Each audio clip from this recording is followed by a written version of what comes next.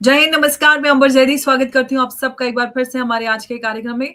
दोस्तों, एक बड़ा सवाल लेकर मैं आपके सामने हूँ कि क्या गेम ओवर हो गया है F-35 का, और क्या इंडिया एक रशियन फाइटर को world's deadliest fifth generation aircraft बना सकता है। ये सवाल सुनने में आपको एक कहानी या बॉलीवुड स्क्रिप्ट जैसा जरूर लगेगा, लेकिन ऐसा नहीं है, बल्कि एयरोस्पेस और डिफेंस की सबसे बड़ी रियल टाइम डिबेट ये बनी हुई है। और जो जेट को लेकर सवाल लगातार बना है, आज जब अमेरिका का F-35 प्रोग्राम लगातार क्रिटिसिज्म और जो कॉस्ट ओवररन है उससे जूझ रहा है, और जब ग्लोबल ऑपरेटर्स ने अपनी जो एक्सपेक्टेशंस है उनको एडजस्ट किया है, डिफेंस एक्सपर्ट्स का ये कहना है कि स्वदेशी टैग के साथ एक अपग्रेडेड सुकोई 57 जो रशिया का फिफ्थ जनरेशन फाइटर है, एक ऐसा प्लेटफॉर्म बन सकता है जो दुनिया के सबसे लीथल एयर कॉम्बैट इकोसिस्टम को चैलेंज कर सके। और सोचो, एक फाइटर जहां stealth, sensor fusion, super cruise और जो एडवांस एवियोनिक्स है, उसको इंडिया की जो R&D और प्राइवेट इंडस्ट्री है उसके इनोवेशन के साथ इंटीग्रेट किया जा सके। और अगर ये पॉसिबल हुआ तो मानिए फाइटर एविएशन जो है उसका नया वर्ल्ड ऑर्डर लिखा जाएगा, जहां F-35 का डोमिनेंस डाइल्यूट होगा और एक नया पावर हाउस बनना इंडिया रक्षा का जो एक्सेस है वो उस रूप में हमें नजर आएगा।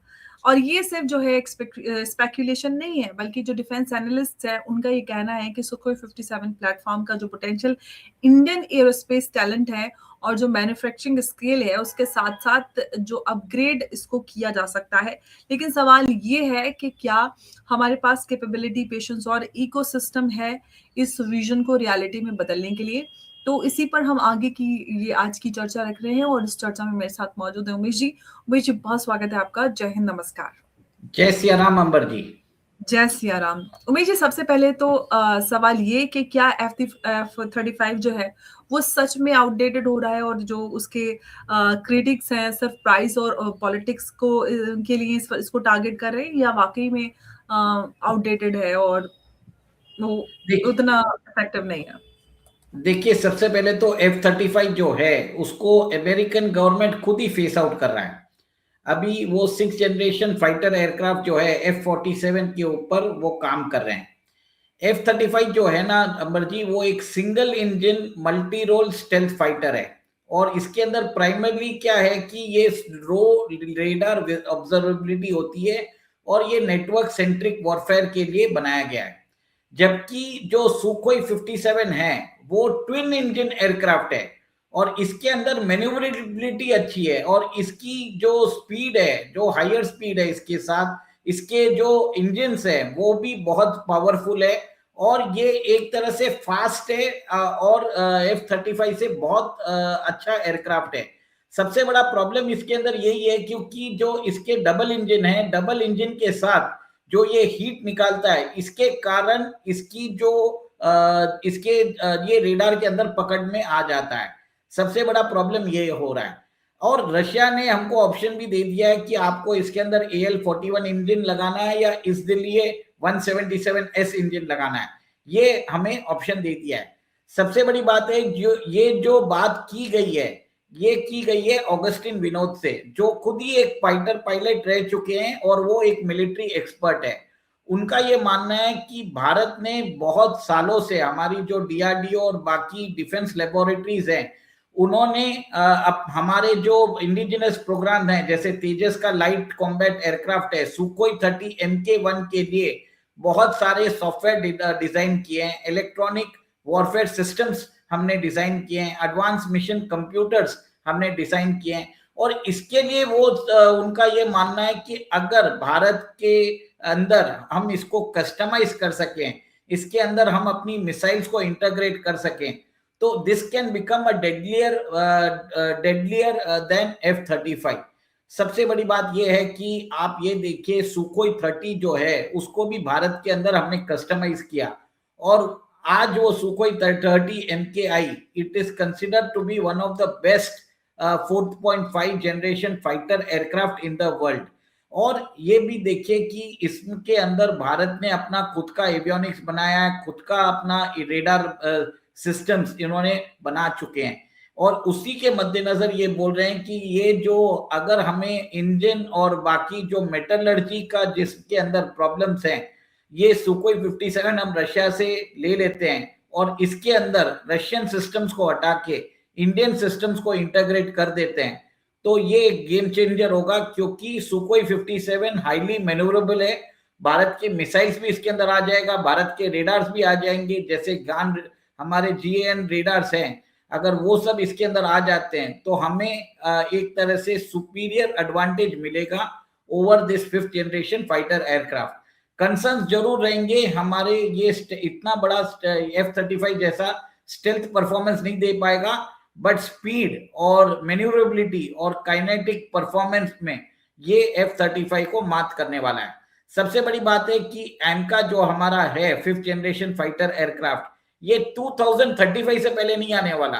अभी तो गवर्नमेंट ने इसके ऊपर अंदर 15,000 करोड़ का इन्होंने अभी आउटले दिया है, और DRDO और हिंदुस्तान एरोनॉटिक्स लिमिटेड ने प्राइवेट सेक्टर्स को बुलाया भी है और कंसोर्टियम बना के वो इसके ऊपर बिडिंग कर रहे हैं। अब ये जो सुकोई 57 है, ये एक स्टॉप गैप अरेंजमेंट रहेगा बिटवीन 2026 टू 2035, और भारत को एक तरह से सुकोई 57 की complete technological transfer, IP rights, को प्रोडक्शन राइट्स, को लोकलाइजेशन ऑफ कंपोनेंट्स और MRO फैसिलिटी देने के लिए रशिया तैयार बैठा है। और उनकी टीम ने हमारा जो सुकोई 30 बनाने का जो प्लांट है उसके अंदर फीजिबिलिटी स्टडी भी कर ली है, और वो बता रहे हैं कि 50% जो प्रोडक्शन है वो आज भारत में हो सकता है। तो ये एक तरह से अच्छा उमेश जी, एक बात मैं आपसे ये जानना चाहती हूँ कि ये सारी चीजें हमें तैयारियां सारा कुछ तो हमें सब समझ में आता है, लेकिन थोड़ा सा मैं अपनी जानकारी के लिए पूछना चाहती हूँ कि सुखोई 57 को जो वर्ल्ड्स डेडलीस्ट 5th जनरेशन बनाने के लिए कौन सी स्पेसिफिक टेक्नोलॉजीज हैं जो इंडिया को डेवलप करनी पड़ेंगी जिससे वो मतलब डेडलीस्ट बन सकता है, वर्ल्ड्स डेडलीस्ट? देखिए, सबसे पहली बात है कि इंजन के अंदर जो F-35 है वो सिंगल इंजन है, ये डबल इंजन है। डबल इंजन में जो क्या होता है कि हीट सिग्नेचर्स छोड़ता रहता है, जिसके कारण रेडार में विजिबिलिटी है। ये सबसे बड़ा ये प्रॉब्लम है इस एयरक्राफ्ट का। मैन्यूवरेबिलिटी के मामले में, स्पीड के मामले में और बाकी सारी जो एक्रोबेटिक स्किल्स है उसके मामले में सुकोई 57 इज बेटर देन F-35। पर 5th जनरेशन फाइटर एयरक्राफ्ट का सबसे बड़ा जो प्रेसिंग पॉइंट होता है स्टेल्थ, वो कहीं ना कहीं मिसिंग है इसके अंदर। भारत को इसके अंदर कॉम्पोजिट मटेरियल्स के ऊपर काम करने पड़ेगा, इसके कोटिंग के ऊपर काम करना पड़ेगा, इसके इंजन के हीट सिग्नेचर्स को मास्क करना पड़ेगा। और एक चीज है, हमारी जितनी भी मिसाइल्स है उसको इनके वेपन सिस्टम्स के साथ इंटीग्रेट करने की जरूरत है। हमारी जो ब्रह्मोस है, फिर बाद में इजराइल की अगर कोई मिसाइल्स है, हमारी अस्त्र मिसाइल्स है, रुद्राम मिसाइल्स है, उन सबको इंटीग्रेट करना एक चैलेंज रहेगा। अगर ये सब कॉम्बिनेशन मिल जाए कि हम बेस्ट ऑफ द बेस्ट जो रशियन टेक्नोलॉजी है और भारतीय टेक्नोलॉजी को मिश्रण कर ले और इसका सक्सेसफुल इंटीग्रेशन हो जाए, तो ये F-35 को मात दे सकता है comprehensively in any dog fight. ये बात बताई है ऑगस्टिन विनोद ने, जो खुद एक फाइटर पायलट रह चुके हैं और अभी एक रिनाउंड मिलिट्री एक्सपर्ट भी है। देखिए, सबसे बड़ी बात है, अगर ये सब न्यूज आ रही है मार्केट में तो आप समझ जाइए कि सुकोई 57 का डील हम कभी भी कर सकते हैं। और रशिया के साथ हम जो इनिशियली जो उनके फाइटर्स हैं वो फ्लाई अवे कंडीशन में 18 फाइटर जेट्स जो हैं भारत के अंदर फ्लाई अवे कंडीशन में आएंगे, और बाकी जो क्वांटिटी है वो भारत में उसको प्रोड्यूस किया जाएगा, कस्टमाइज किया जाएगा according to the requirements of Bharat. और ये एक तरह से चाइना और पाकिस्तान को एक तरह से we will be able to match their capacity and capability. China अभी अपना J-20 और J-35 उसका मास प्रोडक्शन वो कर रहा है, पाकिस्तान को भी वो 40 जेट्स देने वाला है। और ये भी न्यूज आई है कि पाकिस्तान के जो फाइटर पायलट्स है वो चाइना में जाके वहां पर जाके ट्रेनिंग ले रहे हैं। टर्की ने भी अपना जो कान प्रोजेक्ट है उसके लिए पाकिस्तानी इंजीनियर्स को ट्रेन कर रहा है, ताकि पाकिस्तान के अंदर ये 5th generation Turkish fighter plane की प्रोडक्शन एंड असेंबली लाइन को वो खोला जाए। भारत अभी मेरा मानना है कि देर से जागा है, पर जल्दी इसके ऊपर कार्य हो रहा है।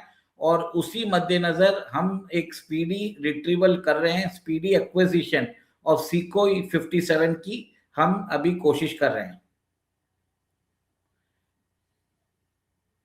लेकिन उमेश जी, मैं आपसे ये और जानना चाहती हूँ कि जो सुखोई 57 का जो अपग्रेडेड प्रोजेक्ट की बात होती है, अगर उसमें डिले होता है तो क्या जो भारत है वो फिर से एक जो एयर कैपेबिलिटी हमारा गैप है उसमें फंस जाएगा?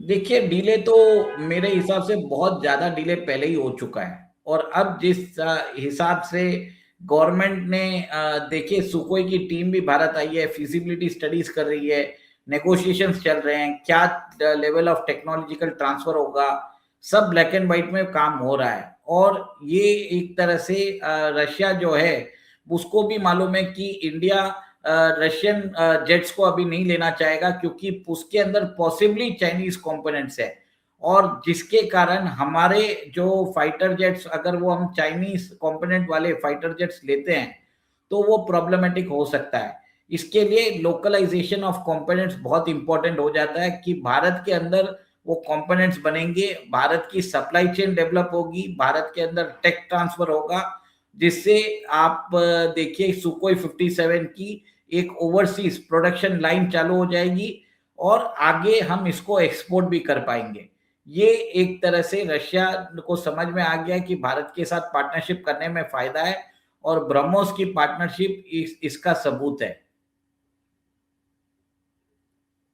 लेकिन उमेश जी, और मैं आपसे थोड़ा सा जानना चाहूंगी उस पर, वो ये कि जो गवर्नमेंट और प्राइवेट डिफेंस इंडस्ट्री है उनके बीच में जो कोऑर्डिनेशन है वो कितना सीमलेस है, क्योंकि या फिर हम अभी बोलें कि या साइलेंस और जो ब्यूरोक्रेसी है उनका कोई प्रॉब्लम हमें कहीं पे नजर आएगा, और कितना एफिशिएंटली हम इसको होते हुए देख पाएंगे? देखिए, ऑलरेडी सुखोई का प्रोडक्शन, सुखोई 30 का प्रोडक्शन भारत में हो ही रहा था, तो कोई प्रॉब्लम नहीं हुआ था। और मेरा ये मानना है ये एक तरह से वो ही फैसिलिटी को अपग्रेड करने वाले हैं। तो प्रीवियस एक्सपीरियंस भी है हमारे पास, प्रोडक्शन फैसिलिटीज भी है और एक्सपर्टाइज भी है सुखोई सिस्टम्स के लिए। हमने उनको अपने हिसाब से पहले भी कस्टमाइज किया है। So we do know the nature of the aircraft, we know the avionics, we know the systems, we know the software.